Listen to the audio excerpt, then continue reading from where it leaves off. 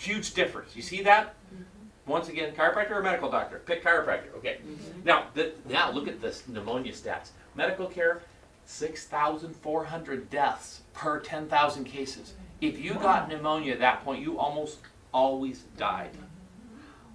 All right, this is scary, right? However, if you happen to go to a chiropractor, because there was a crazy chiropractor who said, why don't you go see me instead of the medical doctor? They had 100 deaths per 10,000 cases. What if it's the fluid in your back? No, we're going to talk about that. But the back has an answer. There's something, and it has to do with your nerve system. Yep. All right. Now in Oklahoma, chiropractors treated 3,490 cases of the flu with only 7 deaths. So are you starting to see the trends and how different?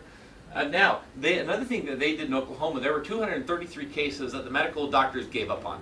They called the chiropractors in to see if they could do anything because they said, we're done. There's no hope, And the chiropractor saved all but 25 of those. Because the ones that the medical doctor said, no, we're done. Call the coroner. It's like anyhow.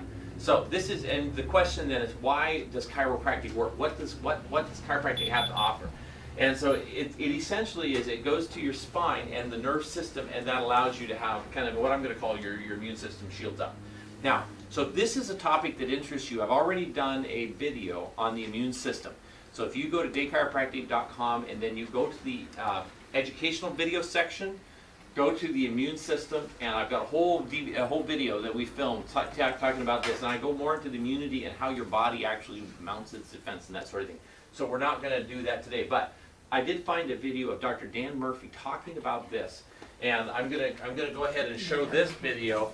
So this is a chiropractor who's giving a lecture, and he's talking about this topic, and then he'll talk about a study that was done, and these are actually on chicken ligaments, is what the study did. Because I went and got the abstract of the article, and so but this will be an interesting thing. When you do research, you kind of research on different animals and things like that. It is so really, really interesting. This is Dr. Dan when Murphy. you go back and look at chiropractic's history, is in the year 1918, the largest epidemic of all recorded history in planet Earth occurred, and it's called simply the flu. The 1918 flu pandemic, according to Gina Colada, a writer for the New York Times, in her 1999 book called Simply Flu, she documents how the 1918 flu killed 100 million people on planet Earth in 6 months. This is more deaths than from all of the wars of all recorded history combined. So, in all the wars of all recorded history did it over many, many, many years. The flu did this in just 6 months.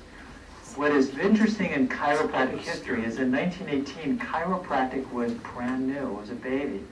It was just starting. The first chiropractor adjusted the first patient in the year 1895. So chiropractic is just barely 20 years old when the flu comes to account. And what independent healthcare observers noted is that those that chose manipulative management had only 1/40 of the death rate as compared to those who chose allopathic or drug-based management.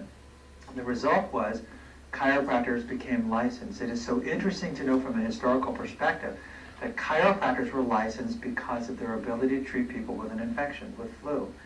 While today we mostly look at chiropractors as someone who treats sore backs and sore necks, etc., back in our history, practically nobody went to chiropractors with aches and pains. They primarily went to chiropractors with infectious diseases, reminding you that this is in the pre-antibiotic and the pre-vaccination era of healthcare.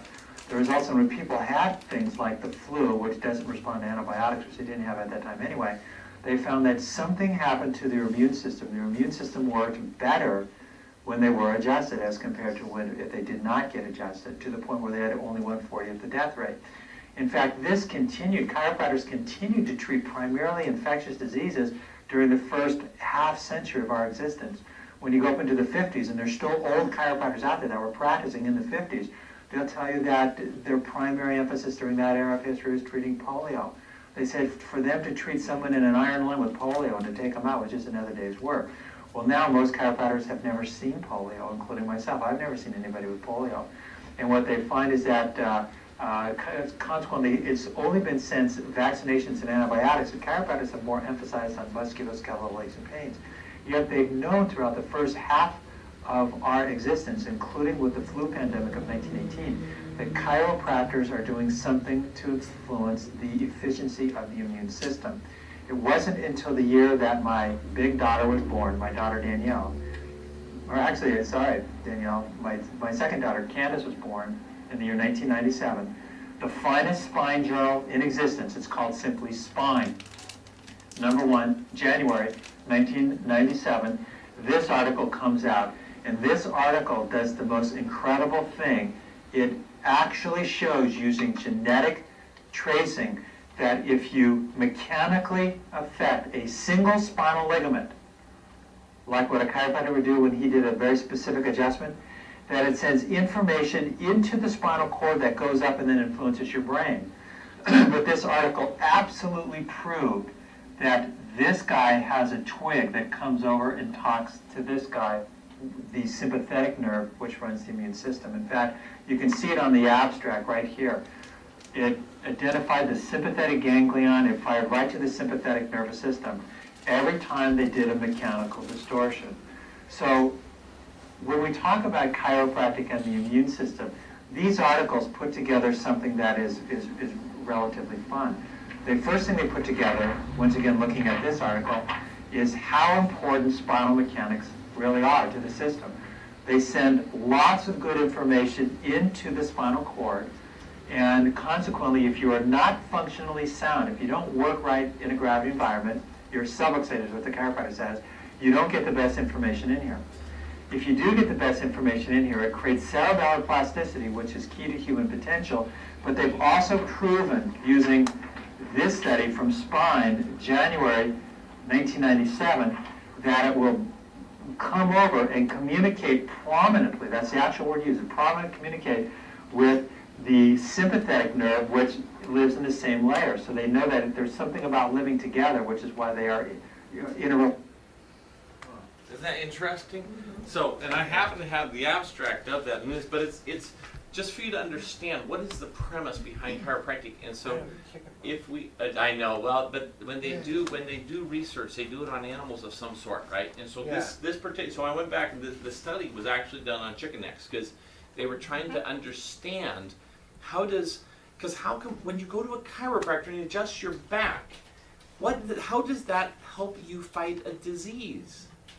You see, and so there are interconnections within, and these are mechanoreceptors. Now, one of the things I'm exploring is that my vibrocursor, because I'm convinced that when I put that input into what are essentially your mechanoreceptors, and that is the sensors of the joints, they actually go up, and I'm telling people it's like it's bathing your brain, it's giving stimulation. Well, this research would show it's also boosting your immune system because that mechanoreceptor stimulation will also then go into the nerves that help you fight disease better, right? So getting adjusted and getting these things, it not only does feel good, but it actually helps you heal better. And so anyhow, so that's I love this. I love this. That's weird. Hey, Now, Dr. Day? Yeah. You referred to your website, Yes. and what was, So what was the, if you go to daychiropractic.com and then you go to videos. Now you'll find a lot of videos there. I have music videos and things. You go to educational videos. Once you're under educational videos, you're going to see a list of things, and it has to do like dealing with stress. But the one you're want to find is the boosting immune system function. That's going to be the name of this series. And what I did is, my website is increasing its functionality. Where before you had to kind of just click on links, I've been able to embed the code from the videos now. And so what you'll see now is an actual. So if you go to that site, I got that done last night.